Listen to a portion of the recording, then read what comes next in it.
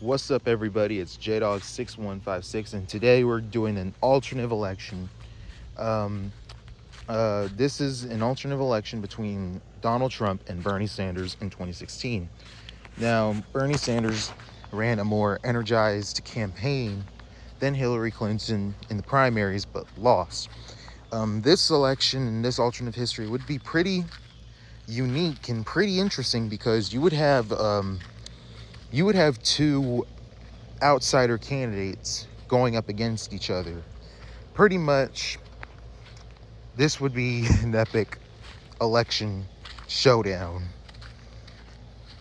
So, let's begin. Oh, yeah, just to clarify the margins, we'll go right here. Anything that is 15 and above is safe. Anything between 5 and 14% is likely. Anything between 1 and 4% is lean, and anything under 1% is tilt. So now that we have gotten the margin of victory out the way, let's begin with the prediction. So first we have Donald Trump's states, Idaho, Wyoming, and Utah, because I feel like if Bernie Sanders was the nominee, I feel like third-party voters would gain more in Utah than they really did. We would possibly see Evan McMullen as like gaining, say, around 10 more than what he earned in our timeline. Montana, North Dakota, South Dakota, even though Bernie did well in these states, I doubt he could make those states like close. We're going to give him all except Nebraska's 2nd district as safe. Kansas, Oklahoma, Arkansas, Louisiana, Mississippi, Missouri, Indiana, Kentucky, Tennessee, Alabama, West Virginia, and I think that's all. Yeah, that's all of them. Next is Bernie Sanders' states. California, Oregon, and Washington, we're going to give them to Bernie by a safe margin.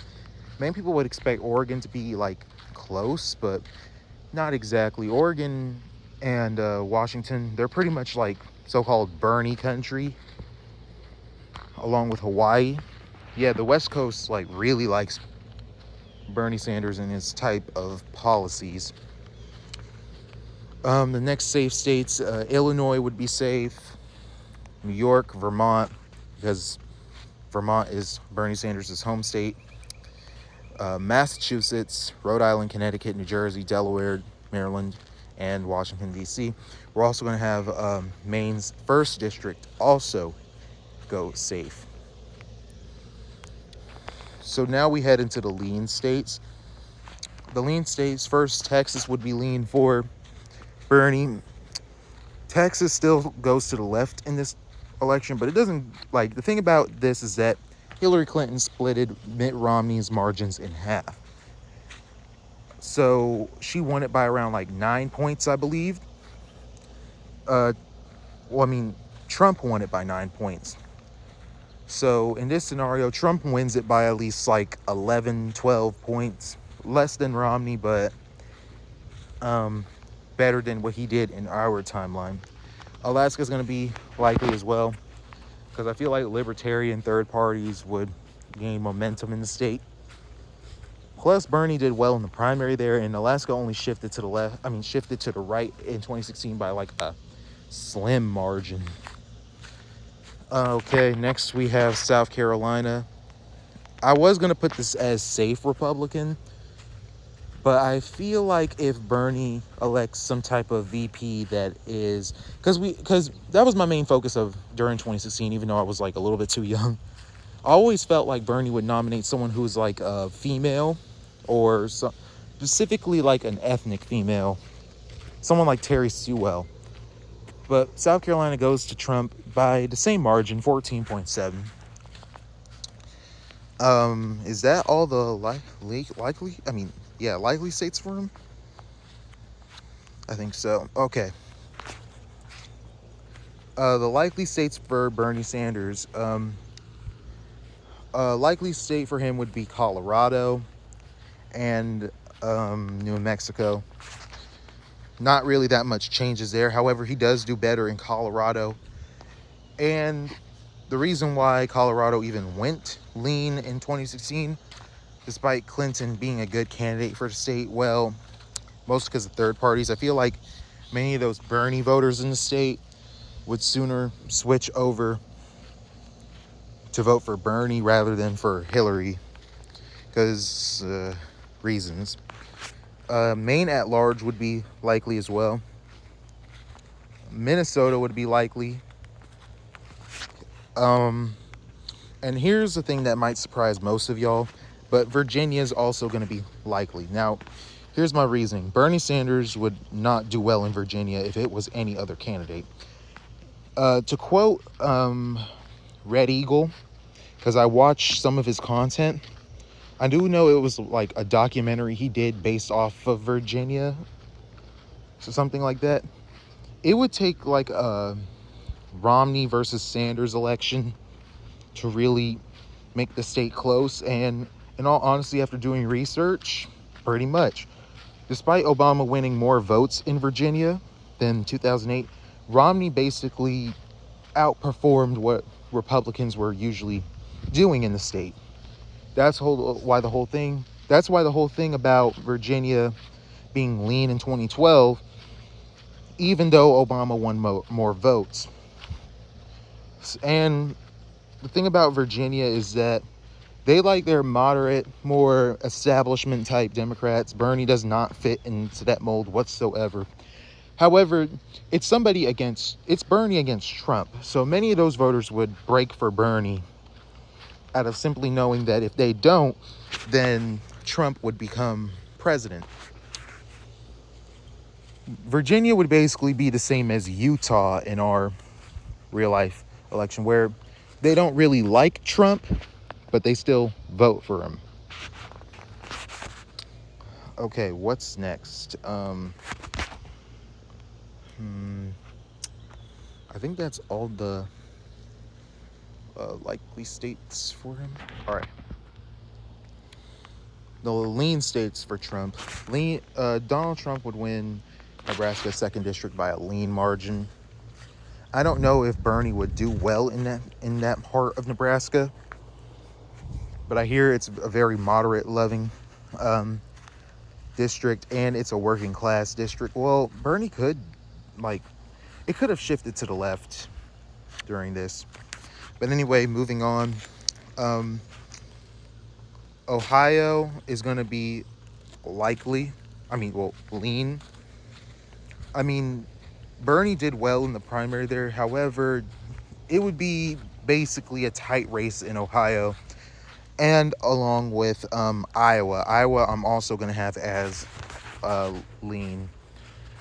Also, just know that in the states of Missouri and Indiana, they kind of narrow up more compared to what happened in our timeline. Like, they're kind of like the same margins Trump won in 2020. So just keep that in mind. Arizona is also going to be lean. I feel like the neocons of the state, your McCain Republicans or your Romney Republicans in the state, would pretty much break for Trump over Bernie. Florida would be tilt, even though I haven't got to the tilt states, but I already said Florida's name, so it's already a done deal. And I also forgot to mention that Georgia would also be likely, because looking at 2016, Georgia was more close. Well, it was more in favor of Republicans. And since Bernie doesn't do good in the South, then I gave Georgia to Trump by around, Trump only won it by like 5.9 in 2016. Trump would win it by at least like 7 points. North Carolina would be lean.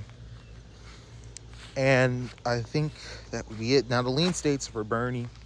The lean states would be Nevada, because Bernie did well, good in the primary. And back in 2016, Bernie Sanders had like relatively decent Hispanic support, which is why many of these ones are like many of these states like this hook right here, is between at least 10 to 13%. Next, we have Michigan. Michigan will also go lean, along with Wisconsin. Bernie did well in these two states, like compared to like the only okay, so Bernie won the primary in Minnesota, Wisconsin, Michigan, Indiana, and Ohio. And I feel like with Bernie Sanders on the ticket, it would accelerate that victory into him winning both Michigan and Wisconsin.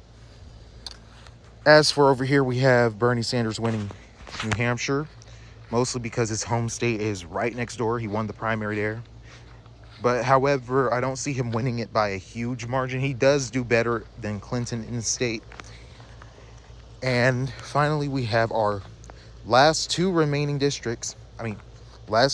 state and districts, Pennsylvania and Maine's 2nd district. And this leads us into the tilt column, and Bernie Sanders wins Pennsylvania by a tilt margin, thusly winning the election. And he also wins Maine's 2nd district by that margin as well.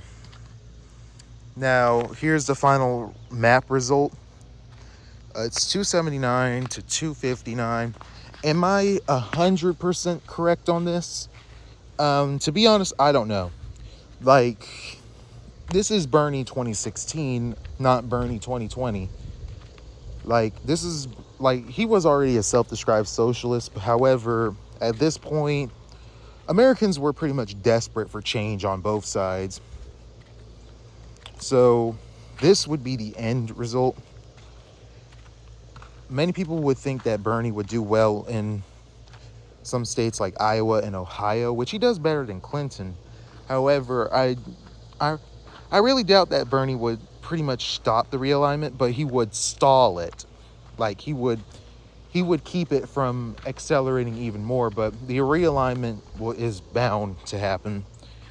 And if I was to do a series off of Bernie Sanders, then I would see him not winning in 2020, because not only the COVID pandemic, but this would also be like the 3rd time Democrats won the White House, and many independent voters, especially those who did not back Bernie in this election, would basically shoot over to the other side, because many of them would either want to try something new or they're just bored of the same party being in office.